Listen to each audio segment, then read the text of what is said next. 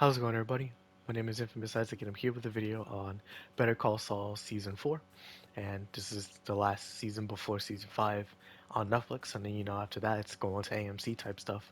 But I just recorded the video. I'm recording right now, but my mic is muted the whole time. That's really frustrating.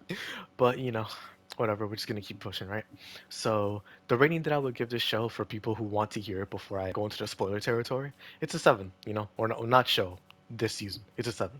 I thought it was good. It had good stuff, but I wasn't impressed. I was like, yeah, this is fire, but this isn't great. That this is just isn't surprising me as much as season 1 of Better Call Saul did, or all of Breaking Bad for that matter. So it's just like, it's cool. It's cool. And it's good. There's no doubt about that. But at the same time, it's just, I'm not praising it right now. I'm not praising it for sure.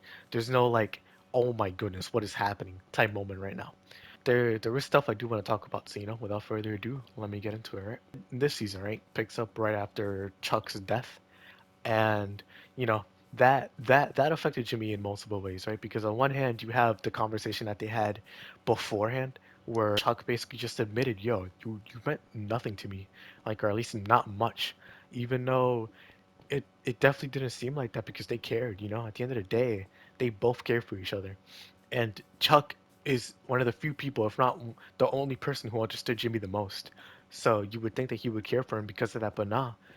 Especially because of what Jimmy has done to him and what Chuck has done to Jimmy. They're brothers, but shoot, they're barely like brothers. What do you do at that point, right? Except just be honest with yourself. Chuck may have felt like that, but Jimmy genuinely cared for Chuck. There's no doubt about that. He wouldn't have done all the stuff that he did for Chuck to what's it called to help him out when he was struggling with his disease. So it's just like, how does that make you feel? Even though Jimmy wholeheartedly messed up, like a lot of times, Jimmy manipulated a man to the point of just going insane. It's just like that's his brother who's saying it, and you can sympathize with it. You can't. Sometimes you can. You can't. Whatever you choose to do. That's coming from his brother. So just like, what can you really do? How are you gonna feel after that?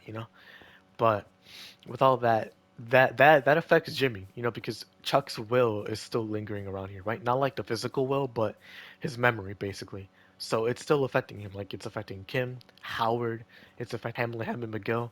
It's affecting a lot of people because he was really important. He was really smart. He was really good at his job. So it's just like, he's Jimmy's just known as his brother, and he has to live with that because now he has to take off a year from law, all that stuff. He has to live with that now, and he didn't get to say everything that he wanted to his brother before he died. So it's just like, shoot, he has to live with that again. One thing I do want to talk about is the last episode where he uses the note, Chuck's note, and then he doesn't read it all out loud. I really hope that that's Jimmy being genuine because that was so good. Jimmy, even if he tried to be that good as an actor, there's no way that that wasn't genuine, at least a little bit of it, because the way that he was acting at the end of the episode was like, come on, man. There's no way. You felt it felt so real. Like I didn't think he was hammed up at all. Because you have when he's getting reviewed for the bar, and that felt hammed up. But here it felt genuine, like really genuine. So it's just like wow. I really hope that's I really hope that's Jimmy talking. I really hope that's James McGill.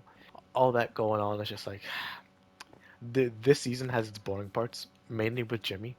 I didn't like some of them. I was just like, man, I just want to get out of here.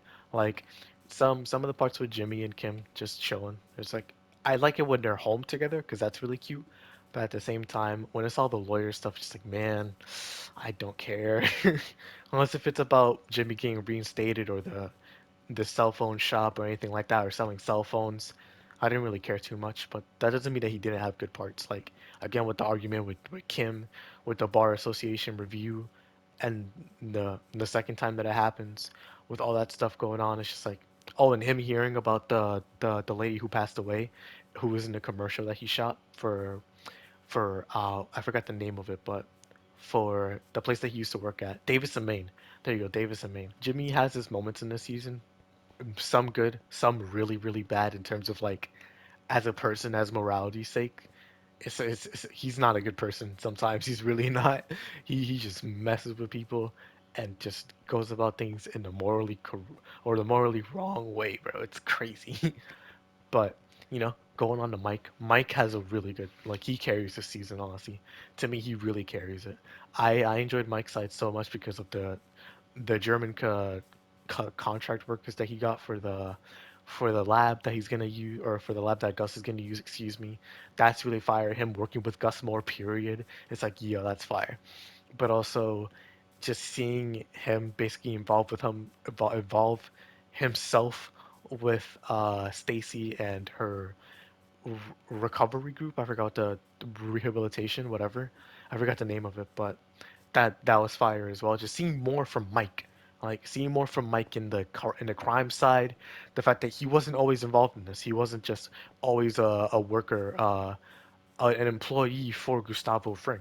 He at one point he wasn't, and that's fire to think about because he used to work for or do he did something with Nacho, you know? So it's like he has allegiance now in Breaking Bad, but before it was just like, he's just working with Gus at the end of the day.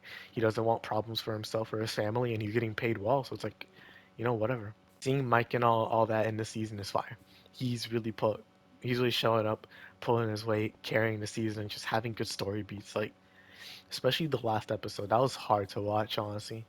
With all of that, it's just like Mike didn't want to do it at all, but he knew that he had to, because Gus is a no tolerance man, and he could only vouch for Werner so much. So it's just like, I'll do it myself. I'll do it myself. And it hurt. It genuinely hurt to watch. But man, episode 8, episode 9 and 10 as well were really good. I really liked episode 1, episode 8, and episode 9 through 10. Oh, yeah, those episodes. Those episodes are really good. Along with episode 4. I like that as well. But, you know, overall, I just thought some of the season could be boring. Some of the season could be really good. And, at the end of the day, I'm glad I watched it because I'm still enjoying the show. There's no thought about that. It's just now I'm kind of at this part where it's like this show is a 7 right now. 7 closer to an 8. And to me, it's not better than Breaking Bad, but, shoot. It's, Jeez, excuse me. It's coming out, it's coming out good. But yeah, it's this season is a 7 so far. And I can't wait to watch season 5. We're almost done. We're almost done. Over halfway there. Over halfway there. But yeah, I hope you all enjoyed. Thank you all for watching. If you did, please consider liking and subscribing. And if not, it's all up to you. Let me know what you guys thought of this season below, or what you think of Better Call Saul up to season 4, because, I haven't watched season 5 or 6 yet. But again, thank you all for watching. Hope you all enjoy, and I'll check you all out in the next video. And yeah, as always, y'all have a good rest of your day. Peace.